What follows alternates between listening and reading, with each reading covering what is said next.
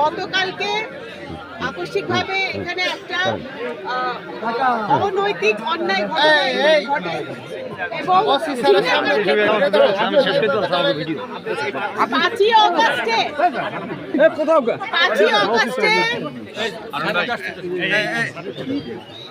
অগাস্টে শেখ হাসিনা পালিয়ে গেছে।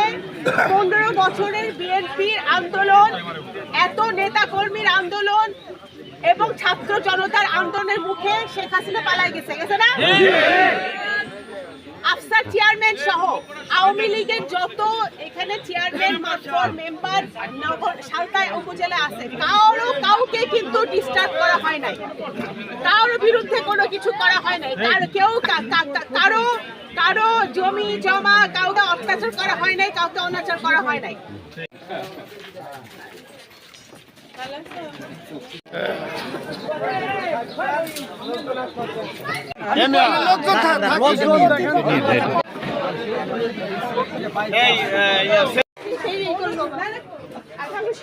এখানে চেয়ারম্যানের লোকজন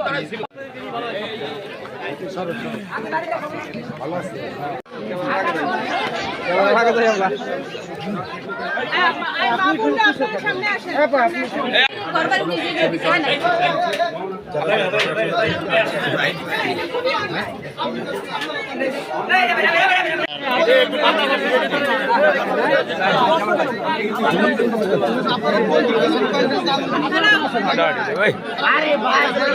বোনদের তো কোনো দোষ নাই।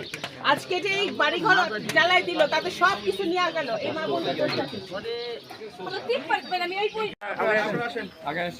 আপনারা সর নাই আইছে যে বাড়ি তোর একটা বাড়ি এই মহিলাদের কাছে প্রোফাইল যায় না, প্রোফাইল যায় না। ভালো